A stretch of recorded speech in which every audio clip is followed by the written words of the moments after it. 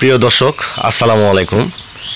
ফিলিস্তিনের অবস্থা দেখুন, যে ফিলিস্তিনে বর্বরতা হামলা ইসরায়েলের, এই ইসরায়েলের হামলায় সকলেই ক্ষুধার্ত, শিশু বৃদ্ধ সকলেই।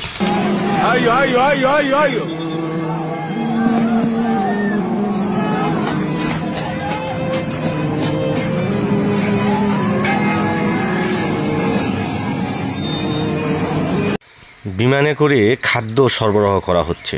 আপনারা সকলেই ভিডিওটি দেখে লাইক কমেন্ট করে জানাবেন।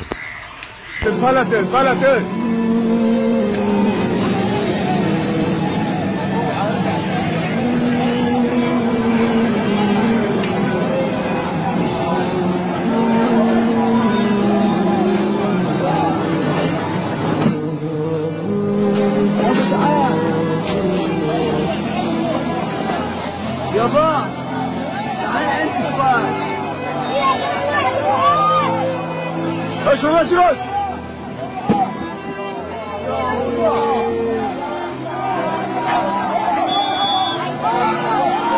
اشرد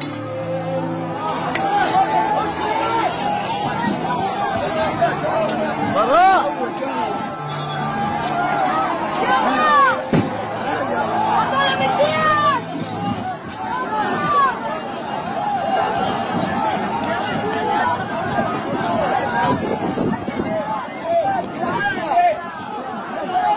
هاي هاي هاي هاي دير بالك دير بالك